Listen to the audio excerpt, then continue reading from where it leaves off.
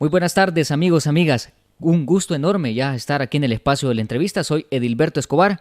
Vamos a iniciar este espacio, pero hoy estaremos hablando con Saúl Baños, director ejecutivo de FESPAD. Estaremos hablando, nuestro tema principal será esas propuestas que se han escuchado por parte de la Comisión Ad Hoc, que está estudiando algunas posibles reformas a la Constitución de la República. En específico nos vamos a detener en las propuestas que se han hecho con respecto a la Fuerza Armada. Pero bienvenido, Saúl, y gracias por atenderlos. Muchas gracias, Edilberto. Un saludo para todos los amigos, amigas de Radio Victoria. Muy bien, Saúl, me gustaría si podemos iniciar haciendo o que usted nos comparta también para que la gente conozca así de una manera más digerible en qué consisten estas dos propuestas que se han escuchado por parte del Ejecutivo y de la Comisión Ad Hoc que está estudiando las reformas a la Constitución. Como usted lo planteaba, hay unas propuestas de reforma constitucional que se están manejando públicamente. Para poner en contexto a quienes nos escuchan, decir que se creó por parte del órgano ejecutivo una comisión ad hoc, es decir, una comisión con un fin preciso, un mandato preciso, que tiene que ver con plantear, estudiar las reformas constitucionales que se puedan promover siguiendo el procedimiento que establece la Constitución. Y está siendo liderada por el vicepresidente de la República, el doctor Félix Ulloa, y también está siendo apoyado por el doctor Fabio Castillo. Además, hay dos abogados hombres y también una mujer, abogada constitucionalista, que están haciendo el estudio y también han anunciado que están haciendo algunas consultas. Debo decir que la conformación de esa comisión ad hoc ha tenido algunos tropiezos porque inicialmente habían nombrado a otras personas que luego renunciaron. Luego esta comisión se ha estado reuniendo y entiendo que están haciendo un estudio del cual se conoce muy poco. Las organizaciones de derechos humanos, las asociaciones de abogados conocemos muy poco, pero de cuando en vez dan algún informe a través de los medios de comunicación. Y recientemente han dicho de que tienen la intención de hacer propuestas referentes al rol político que debe de tener el ejército. Eso también lo retomó el ministro de la Defensa y él dijo de que se sentía un poco aminorado por no tener el rol político. Y esas expresiones del ministro es lo que ha dado pie a expresar algunas preocupaciones por distintos sectores, porque el artículo 211 de la Constitución plantea que la Fuerza Armada es una institución permanente al servicio de la nación y que tiene por características el ser obediente, al ser profesional, apolítica y no deliberante. Y esto pues establece el rol que la Fuerza Armada tiene desde la firma de los acuerdos de paz. Y con la propuesta que están haciendo, pues subvertiría lo que establece ese artículo 211 de la Constitución. Además, otro tema referido a las Fuerzas Armadas y que también ha sido planteado públicamente por la Comisión Ad Hoc es el que tiene que ver con el posible servicio militar obligatorio que deben de prestar los jóvenes acá en el país.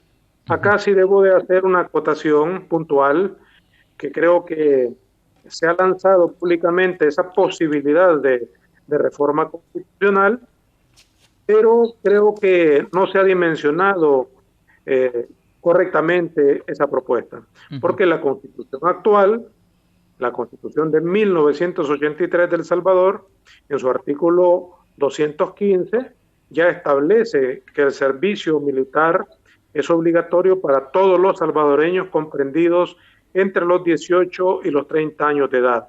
Además, ese mismo artículo plantea que en caso de necesidad serán soldados todos los salvadoreños aptos para actuar en las tareas militares y también plantea que una ley especial regulará esta materia. Y El Salvador efectivamente tiene una ley que se llama Ley de Servicio Militar y Reserva de la Fuerza Armada, que fue aprobada en julio de 1992.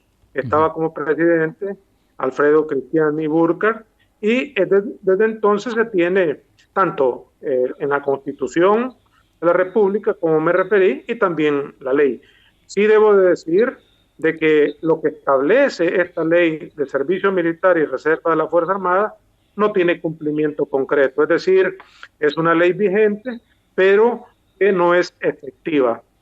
Entonces, cuando los miembros de la comisión plantean de que van a reformar la Constitución en lo atinente al servicio militar obligatorio,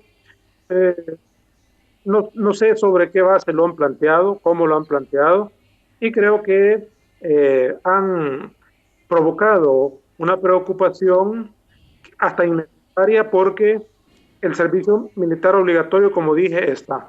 Ya ahora, que tengan la intención de llevarlo a la práctica, ya sería otro tipo de discusión. Sí, muy bien.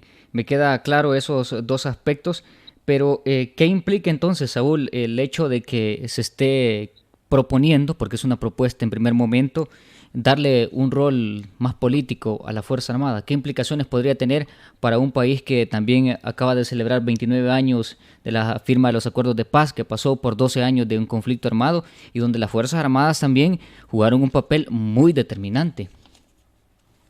Efectivamente, yo creo que hay una preocupación concreta, real, objetiva, pero también creo que hay que hacer la reflexión en distintos niveles.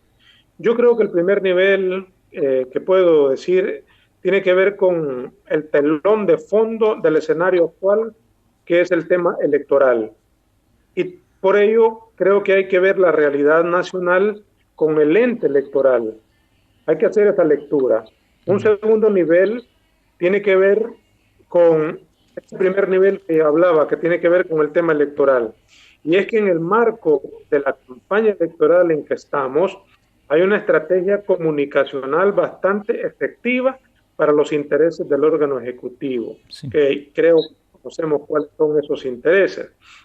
Hay que decir que la propaganda que se hace desde el gobierno tiene la función de manipular las percepciones de la gente.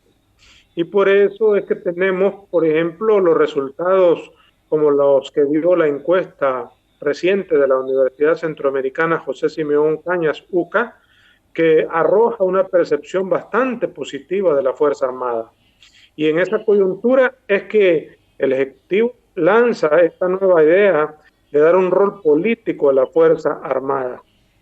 Me parece como que por un lado buscan incrementar el nivel de simpatía de la Fuerza Armada, pero también con estos anuncios pareciera ser que buscan generar algunos distractores. Yo creo que no hay que perder de vista eso, porque estos distractores que otros llaman cortinas de humo, pareciera ser que pretenden llevar la atención de la población a otros temas y desatender otros que sí deberían de ser la preocupación de la población y de la ocupación de los funcionarios públicos. Porque mientras estamos discutiendo sobre este nuevo rol que manifiestan que quiere que tenga la Fuerza Armada, el Ejército, la población se olvida de discutir, de exigir el cumplimiento de otros derechos de la población, como el derecho a la seguridad social, el tema de la salud, el tema de la alimentación, el medio ambiente, la situación económica, el problema de la corrupción, la violencia, el tema de los desaparecidos, el tema de estas cosas comunes que se están volviendo a ver y a aparecer, los desmembramientos de personas que se han incrementado en los últimos días, en estos días de enero, entre otros problemas que nos están o nos deberían de atender. Y también hay un tercer nivel, que es el análisis que debe de hacerse, y esto es lo que es preocupante, de ese nuevo rol, de ese nuevo concepto de el ejército involucrado en actividades de seguridad pública. Hemos dicho en otras ocasiones, y lo sostenemos ahora, de que hay una remilitarización de la seguridad pública, un otorgamiento de facultades que van más allá de lo que determina la Constitución de la República para el Ejército, y se manejan conceptos como la nueva Fuerza Armada, ¿verdad? Que lo están empujando desde el Ejecutivo, Sí. y que rompe definitivamente con lo que decía, está establecido en el artículo 211 de la Constitución. Y también vemos pues la participación de la Fuerza Armada en eventos como el del 9 de febrero del año pasado, 2020, en donde irrumpió la Fuerza Armada la Asamblea Legislativa. También esto viene a sumarse al involucramiento de la Fuerza Armada en la repartición de estas bolsas solidarias, así llamadas. Es decir, que la Fuerza Armada se involucra en actividades que no tienen nada que ver con la defensa nacional. Y ahora, estas ideas de reformar la Constitución en lo atinente a la Fuerza Armada. Pareciera ser de que hay una intencionalidad de darle otro rol a la Fuerza Armada, y creo yo que acá incluso el presidente de la República y su partido político deberían de ponerle atención de si estas intenciones, estas propuestas son ciertas, porque el país tiene una larga data de golpes de Estado en donde todos han estado involucrados miembros de la Fuerza Armada.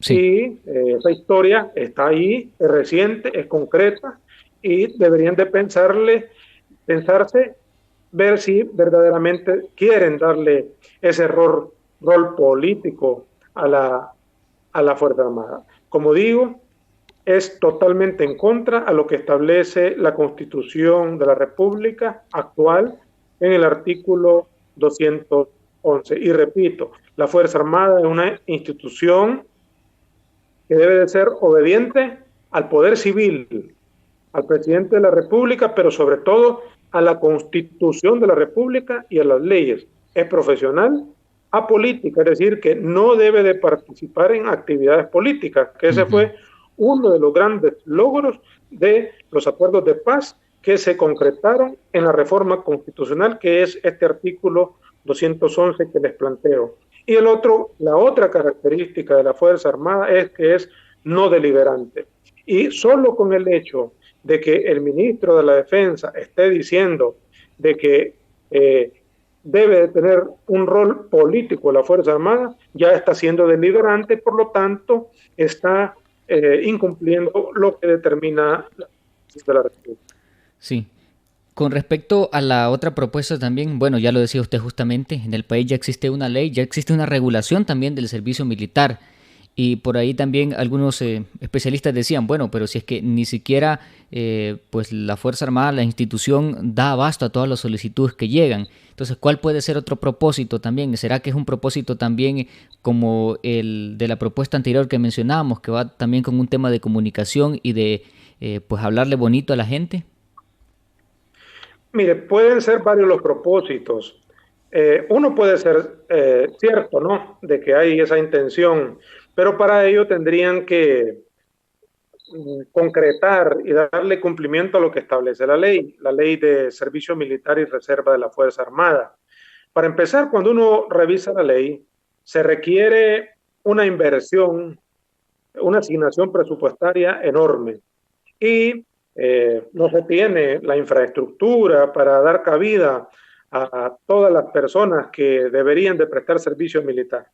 Otro no tendría sentido en cuanto a que el país no tiene una situación para defensa nacional. El país por el momento no está en riesgo, ¿verdad? Porque también esta ley plantea el servicio militar, pero también la reserva, es decir, las personas que están llamadas a posiblemente prestar servicio militar, es decir, que están en reserva. Y por hoy no vemos que haya una condición ni un cumplimiento de esa ley. Y el otro propósito podría ser, y podrían ser otros más, es que el tema se presta para llamar la atención de la población, para generar un distractor, una cortina de humo.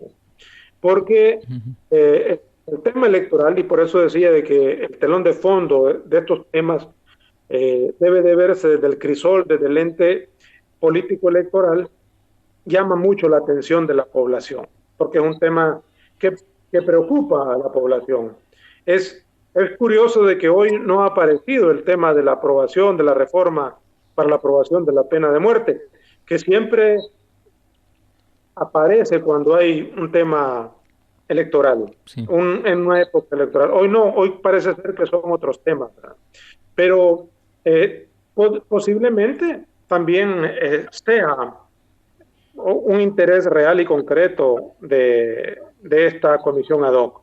Pero yo me pregunto también si se cumpliría el principio de igualdad para todas las personas. Imaginémonos que sí se aprueba o se le da cumplimiento a este artículo de la Constitución y a esta ley. Pues mire, los miembros de la Fuerza Armada, y me estoy refiriendo a la tropa, es decir, aquellos que entran como reclutas, no a la escuela militar, ¿verdad?, sino que a los que entran como reclutas, provienen de una estrata social empobrecida acá en el país. Uh-huh. No entra un hijo de una persona pudiente de acá en el país.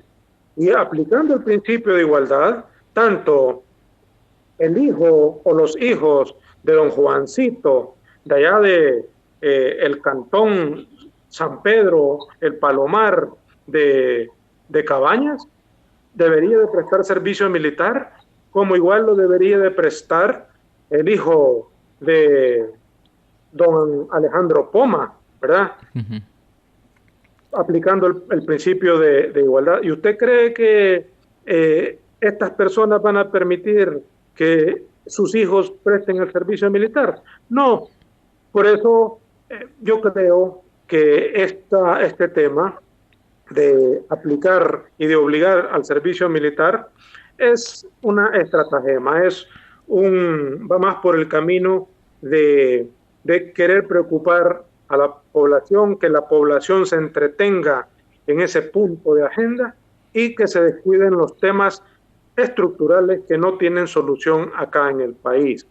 Uh-huh. Que se hable de los actos de corrupción, de que se hable de que no se ha construido el hospital El Salvador, de que no se ha aumentado el salario mínimo acá a los cientos de miles de trabajadores, mujeres y hombres que ganan el salario mínimo en el sector privado y que debió haberse aprobado a partir del 1 de enero del año 2020 y que ya estamos terminando enero de 2021 y no se ha empezado tan siquiera a discutir en el Consejo Nacional del Salario Mínimo del Ministerio de Trabajo el tema del salario mínimo. Esas cosas son sumamente estructurales. El tema de la reforma de pensiones, el tema de la aprobación de la ley de agua. Entonces nos entretienen en algunos temas como este segundo que estamos hablando, que nos parece como FEPAD de que no son viables políticamente ni legalmente. Muy bien, Saúl, me queda claro y creo que a la población también. Y es importante también tener estas miradas, ¿no? Porque a veces conocemos miradas siempre oficialistas, pero pues ellos ya llevan una línea. Por el tiempo nos vamos a quedar hasta aquí, Saúl. Gracias por también poner en contexto a la población que nos escucha. Gracias, Edilberto. Un saludo para todos y todas. Amigos, amigas, así llegamos entonces al final del espacio de la entrevista. Que tenga una bonita tarde.